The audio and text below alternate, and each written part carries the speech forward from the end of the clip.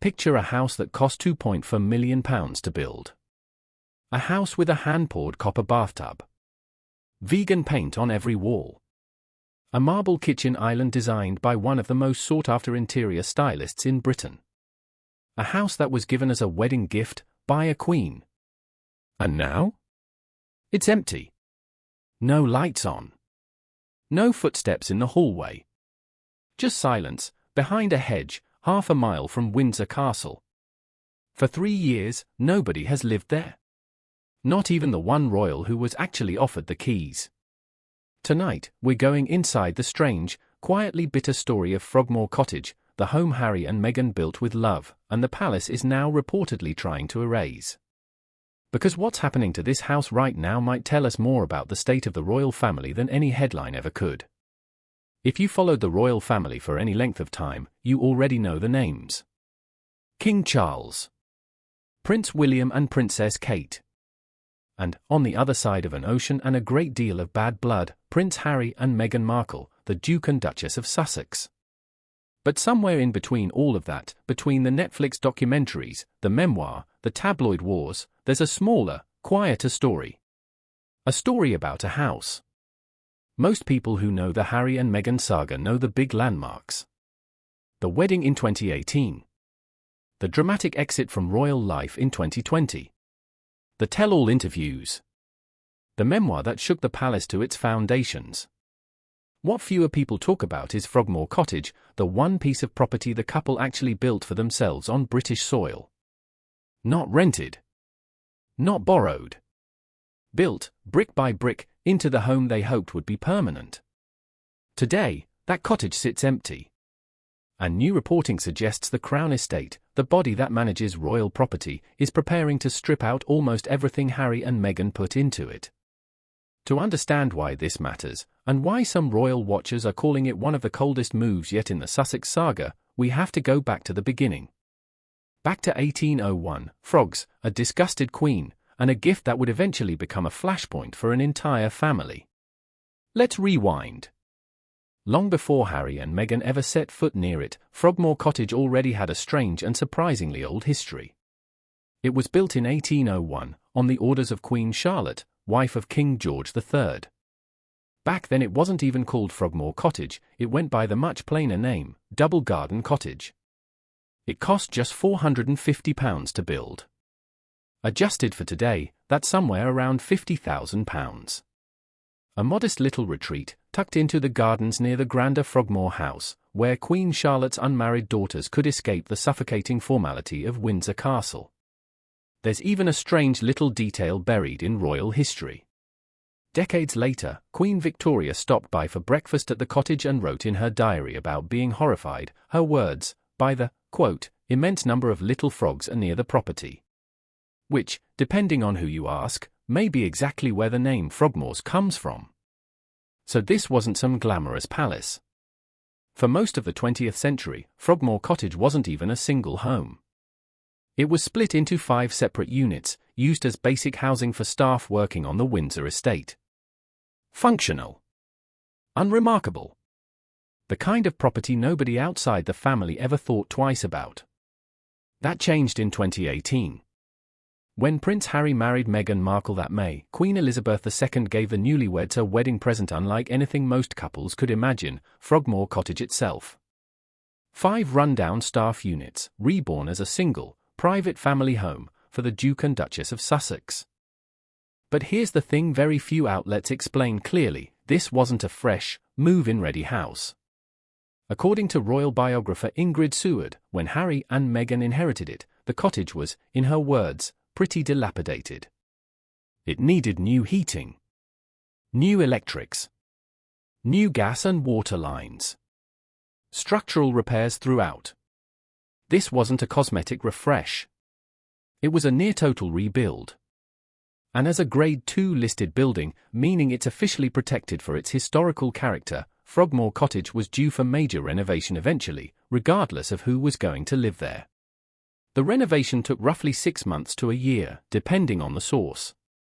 The final price tag, £2.4 million. And that money came from a very specific, very public pot, the sovereign grant. That's the public funding mechanism that supports the monarchy's official duties, paid for, ultimately, by British taxpayers. This detail would come back to haunt the story. By early 2019, the work was done. Harry and Meghan moved in. And just weeks later, their son, Archie, was born, making Frogmore Cottage the very first home this new family of three would ever share. For a brief, hopeful window, it looked like Frogmore was going to be exactly what it was meant to be, a permanent, private base for a working member of the royal family. A real home. It would last less than a year. So picture it. Spring 2019. A brand new family home, finished just in time. Reports at the time described a country meets modern aesthetic throughout, designed in collaboration with Vicky Charles, the interior designer behind the look of several Soho House properties. Vegan paint on the walls. A striking marble kitchen island with industrial-style pendant lighting overhead. And, in the most talked-about detail of all, a custom copper bathtub, reportedly costing somewhere between £5,000 and £9,000 depending on which outlet you believe. This was, by every account, Meghan's project as much as Harry's, possibly more. Multiple sources close to the couple have said the design choices were overwhelmingly hers. A home she poured herself into, room by room, finish by finish. For about 10 months, Frogmore Cottage was simply home. A baby. A new family. A new chapter. Late 2019 into early 2020. But that chapter turned fast. By late 2019, Harry and Meghan had relocated temporarily to Canada. And on January 8, 2020, they announced something that would reshape the monarchy for years to come, their decision to step back as senior working members of the royal family. It's almost hard to overstate how seismic that announcement was at the time. The tabloids called it Megxit. Buckingham Palace scrambled to respond. And buried inside that same announcement was a detail that, at the time, seemed almost like a footnote, but would later become central to this entire story. Harry and Meghan said they wished to repay the sovereign grant money that had funded Frogmore's renovation. September 2020. By September 2020, they made good on that promise. The full £2.4 million was repaid, some of it offset against rent the couple owed for continuing to use the property. On paper, the public funding controversy was closed. Taxpayers had been paid back in full. But here's the uncomfortable truth nobody likes to say out loud: repaying the money didn't undo the symbolism. Once a working royal steps away from royal duties, that crown property, a house designed for a senior royal life that no longer existed, starts to look less like a home, and more like a question mark. 2020 to 2022, the quiet years. For the next couple of years, Frogmore Cottage existed in a strange limbo. Princess Eugenie, Prince Andrew's daughter, and her husband actually moved into the cottage in November 2020, while Harry and Meghan were settling permanently into life in Montecito, California. Even so, Harry didn't let go entirely. In February 2022, he and Meghan reportedly asked to renew their license to occupy Frogmore, not necessarily to live there full-time, but reportedly to help Harry maintain a legal UK residence for citizenship purposes. It was a thread, thin but real, still connecting them to British soil. The cottage also quietly served the family during two enormous national moments, the Platinum Jubilee celebrations in 2022, and just months later, Queen Elizabeth's funeral. For those brief visits, Frogmore was still, in some sense, theirs. Eugenie reportedly moved out by May 2022. 2023, the breaking point. Then came the moment that changed everything, the publication of Prince Harry's memoir, Spare, in January 2023. We don't need to relitigate every claim in that book here, entire documentaries exist on that alone. What matters for this story is what happened next. According to reporting at the time, in the weeks following the memoir's release, King Charles requested that Harry and Meghan vacate Frogmore Cottage. Their spokesperson confirmed the eviction. Think about the optics of that timing. A tell-all memoir lands, exposing private family pain to the entire world, and almost immediately, the physical, literal home the family had built together gets taken away. By June 2023, it was final. Harry and Meghan officially vacated. One source described the couple as matter-of-fact about the whole thing, no scenes, no drama, just packing up and leaving the house Meghan had designed with her own hands. And then, almost as if to underline the symbolism, came one final detail. Frogmore Cottage was offered to Prince Andrew as part of a deal to get him to give up his 30-room mansion nearby, Royal Lodge. Andrew said no. By multiple accounts, he considered the 5-bedroom cottage simply not grand enough for him. So a house good enough for a queen to gift, good enough for Harry and Meghan to raise their first child in, wasn't good enough for Andrew to live in for a single night. 2023 to 2026, the empty years. And so it's Saturday. Empty. For 3 full years. The palace's own sovereign grant report eventually confirmed it in writing, describing the property simply as having remained empty and declining to speculate on who might live there next. Routine maintenance continued. The sovereign grant, again, that public taxpayer fund, kept covering basic upkeep on a house nobody was using. May 2026, the reversal. Which finally brings us to now. In late May 2026, multiple British outlets, The Sun among them, with the story quickly picked up by Sky News, Fox News, and others, reported something striking. The Crown Estate is reportedly drawing up plans to reverse almost the entire Frogmore renovation. The copper bathtub. The vegan paint. The marble island. According to these reports, all of it could be stripped out, with the cottage potentially subdivided back into multiple smaller residential units, much like it was before Harry and Meghan ever arrived. One unnamed source, speaking to The Sun, put it about as bluntly as a royal insider ever does on the record.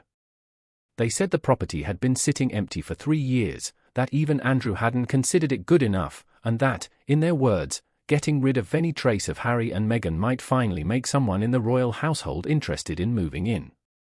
That phrase, any trace, is the one that's been quoted everywhere since. And it's exactly the kind of detail that lit a fire under tabloid coverage. According to insiders speaking separately to the magazine Closer, this latest development reportedly hasn't gone unnoticed 3,000 miles away in California. Sources close to Harry are said to feel the decision lands as a pointed message, with one insider claiming the Duke sees it as a, quote, very loud show of disrespect toward his wife, who reportedly designed much of the home's interior herself. Now, it's important to slow down here, because this is where the story tends to get away from people. That quote, about disrespect, about Harry's private feelings, comes from a single anonymous source speaking to a celebrity magazine. It has not been confirmed by Harry, by Meghan, by their representatives, or by any Buckingham Palace statement. No verified, on-record source has confirmed what Harry actually thinks about this. It might be true. It might be exaggerated. It might be entirely invented for clicks. As of this recording, there is simply no way to verify it, and a responsible look at this story has to say that plainly, rather than presenting gossip as established fact. What we can verify is the property story itself, the renovation, the repayment, the eviction, the years of vacancy, and the now reported plans to reverse the work. That's the part with a paper trail. The emotional interpretation, Harry's true feelings, the palace's true motives, is, for now, speculation dressed up as insight. And that distinction is exactly where our next chapter begins. As you'd expect, the moment this story broke, it split into 2 very different conversations. On one side, you have the tabloid framing, the one most YouTube videos on this topic have run with. The angle is simple, and frankly, irresistible. The palace is symbolically erasing Harry and Meghan. Wiping the cottage clean the way you'd wipe a hard drive. Headlines leaned hard into words like erased, wiped, and vindictive. It's a compelling story. It fits the broader narrative so many people already believe about the Sussexes' relationship with the rest of the family, tension, distance, a slow-motion estrangement playing out not just in interviews, but now in bricks and plaster. But on the other side of this debate sits a very different read, and it comes from someone with actual royal reporting credentials, not just an anonymous quote. Jennie Bond, a former BBC royal correspondent, pushed back directly on the vindictive framing when asked about it. Her view was refreshingly unglamorous. The Crown estate, she pointed out, isn't run as some emotional extension of the family's feelings, it's run commercially, with profits flowing to the treasury. From that angle, an empty, expensive-to-maintain property sitting unused for 3 years isn't a grudge. It's just bad business. She went further, suggesting that simply renting the property out might make more financial sense than pouring even more money into renovating it again, noting that continuing to spend on Frogmore while it sits empty looks, in her words, quite damaging optically, regardless of who it once belonged to. And she added something that's easy to miss in all the drama. She doubted Frogmore holds many warm memories for Harry and Meghan at all anymore, not because the palace destroyed them, but because of everything the couple went through there, including being pressured to repay millions for renovations they had wanted in the first place. Other commentators picked up a similar thread. One property analyst, quoted in coverage of the story, made a fairly dry but important point, turning 5 staff units into one home, and now potentially turning that one home back into multiple units, isn't necessarily undoing Harry and Meghan's legacy. It might just be the Crown estate adapting an asset to whatever need it has today. Royal properties, this analyst noted, are often treated as working assets to be reshuffled, not sacred shrines to be preserved exactly as their last occupants left them. So which read is correct? Cold calculation, or quiet retaliation? Realistically, and this is where good royal reporting differs from royal gossip, the honest answer is that we don't fully know, and anyone telling you they know Harry and Meghan's exact private feelings with total certainty is asking you to trust an anonymous quote over verified fact. What we do know is this: the story has reignited, almost instantly, a debate that never really went away. Is the institution of the monarchy quietly trying to move on from the Sussex chapter entirely? Or is everyone reading meaning into what might just be an empty house and an overdue maintenance decision? To really understand why this story carries so much weight, it helps to understand 2 things most people outside the UK don't fully grasp: the sovereign grant and the Crown estate. The sovereign grant is the public money that funds the official work of the monarchy, security, travel, the upkeep of royal residences used for official duties. It's not the king's personal fortune. It's taxpayer money, approved by Parliament, tied directly to a portion of the profits generated by the Crown estate, vast portfolio of land and property technically owned by the monarch but managed for the public benefit, with most of the profit going to the UK Treasury. That's exactly why the original Frogmore renovation became controversial in the first place. £2.4 million of public money went into a home for 2 royals who, within roughly a year, stepped away from royal duties altogether. It's also exactly why the repayment in 2020 mattered so much, and why, even years later, every update about Frogmore Cottage gets filtered through this same lens: public money, public property, public scrutiny. It's worth noting, for additional context, that the broader sovereign grant has continued to grow, reportedly reaching around £132 million for the 2025 to 2026 financial year. Against that backdrop, a vacant, £2.4 million cottage sitting empty for 3 straight years isn't just an awkward family footnote, it's the kind of detail that invites real questions about how royal assets are managed, regardless of how anyone feels about Harry and Meghan personally. And then there's the Andrew detail, which deserves more attention than it usually gets. By the time Frogmore was offered to him in 2023, Andrew had already been stripped of his prince title, had settled a civil sexual assault case in the United States for a reported $16.3 million, and was facing a deeply contested lease situation at Royal Lodge, his 30-room residence nearby. Despite all of that, when offered a fully renovated 5-bedroom home, he turned it down. That single decision tells you almost everything about how complicated and image-conscious royal property decisions really are, even when, on paper, the math should make the choice obvious. So where does that leave things right now, as of this recording? As far as verified public reporting goes, Frogmore Cottage remains empty. The Crown Estate's plans to reverse the renovation and potentially subdivide the property back into smaller units have been widely reported, but construction has reportedly not yet begun, and no formal, on-record confirmation has come directly from Buckingham Palace or the Crown Estate itself about the final scope of the project. Meanwhile, separate reporting suggests Harry, Meghan, and their children, Archie and Lilibet, may be planning a trip back to the United Kingdom in the coming months, though, again, that's a separate, developing story with its own layer of uncertainty. What's clear is this: Frogmore Cottage has become something far bigger than a house. It's become a kind of barometer, a physical structure people now use to measure the emotional temperature between the Sussexes and the rest of the royal family. Every plank of flooring removed, every coat of paint stripped away, gets read by someone, somewhere, as a message. Whether that message was ever actually intended is a different question entirely, and maybe one that won't get a clean answer anytime soon. So here's where this leaves us. A house built for frogs and forgotten royal daughters in 1801.